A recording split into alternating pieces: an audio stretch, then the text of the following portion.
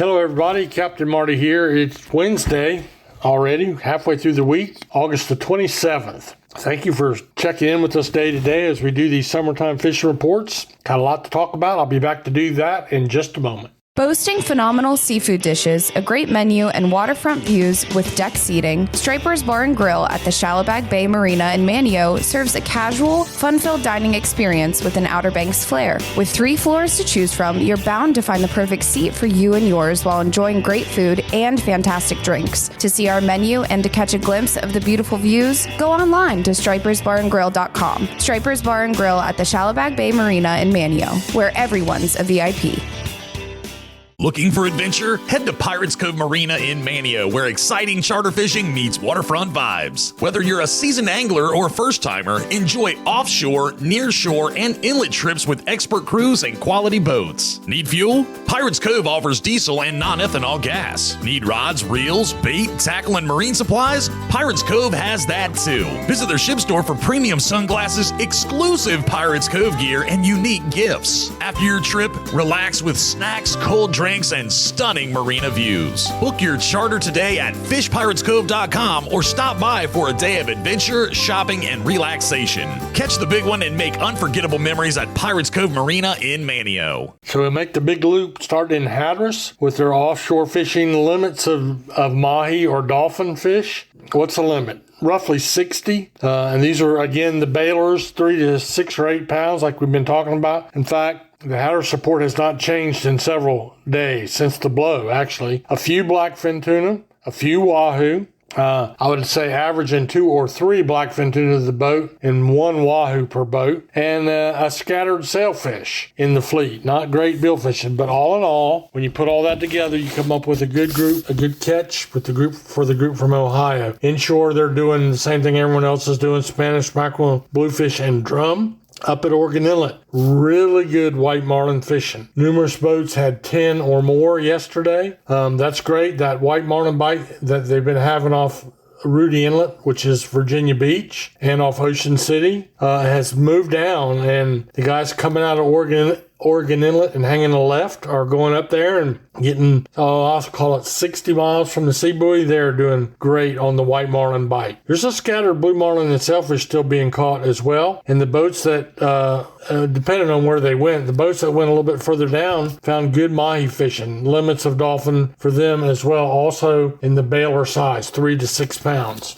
No tuna. Talked to Captain Dickie Harris, who is the king of tuna fishermen at Oregon Inlet on the Fantastic, and he just said no tuna that he saw anywhere in the Oregon Inlet fleet. Inshore, a little bit of a puppy drum bite going on for our inshore or nearshore boats. It looks like a good catch of bluefish anywhere from inside the Bass Knight Bridge to a few miles outside the inlet, and Spanish mackerel. Not hearing of any ribbon fish, and not hearing much bottom fishing right now either. Our pier and surf report, I got a few things to talk about there. Northern piers are seeing a pretty decent bite on a mixed class of red drum, from the below slot to the yearling to the 50 inchers, 45 inchers. Especially when you get a little bit of an east or northeast wind, that drum bite is like someone flipped the light switch. Avon Pier had a pretty good bite yesterday on bluefish, croakers, and spot. That's your crowd-pleasing fish. Easy to catch, great to eat. Kids love doing that kind of stuff. Rodanthe Pier had a nice run on some 7-pound bluefish. That's a really,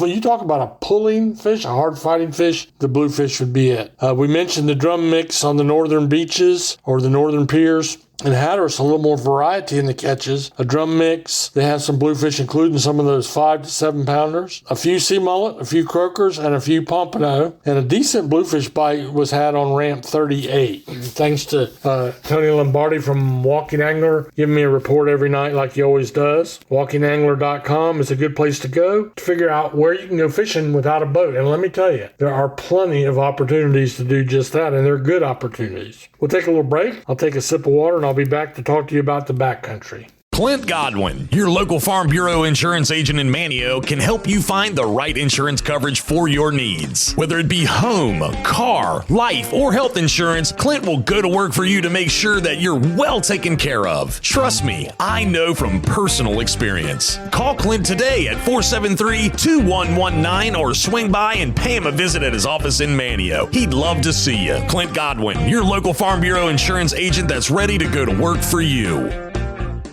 Okay, in the backcountry. Haven't talked about Little Bridge in a while. That's the smaller of the two bridges on the Manio-Nags Head Causeway or the Nags Head Manio Causeway, depending on which way you're going.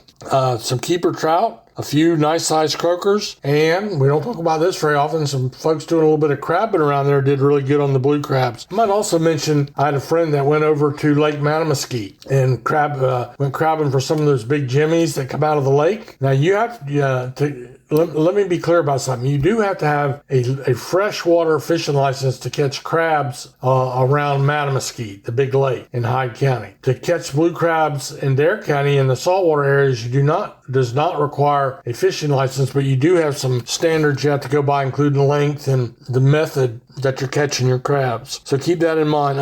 And the drum fishing. That's the other thing in the sound and back in the Pamlico Sound. Oh my gosh. Gray Davis said it's world class. I mean, they had a lot of drum over the last couple of days, many of them over 45 inches and a few of them that were bumping that 50-inch range. Gray with Hyde Guides does a good job, and there are other guides. We got a really good big drum bite going at night, and if that's a little bit above your pay grade or your knowledge level, this is a great time to go with a guide and go out there and learn the ropes. It's a good way to do it, and usually it's cheaper than going out in your own boat. The backside of Hatteras Island, those guys are still going out and doing well on trout and more puppy drum, but there's some big drum down there as well. And finally, we'll end up our report today talking about the Gibbs-Shoal Fishing Tournament in Englehard.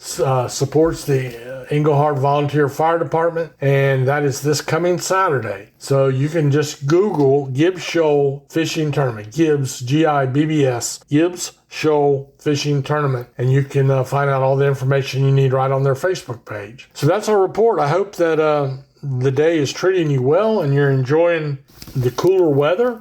I know I sure am. I'm ready to get out in the deer woods. But anyway, have a great day and may the good Lord bless you.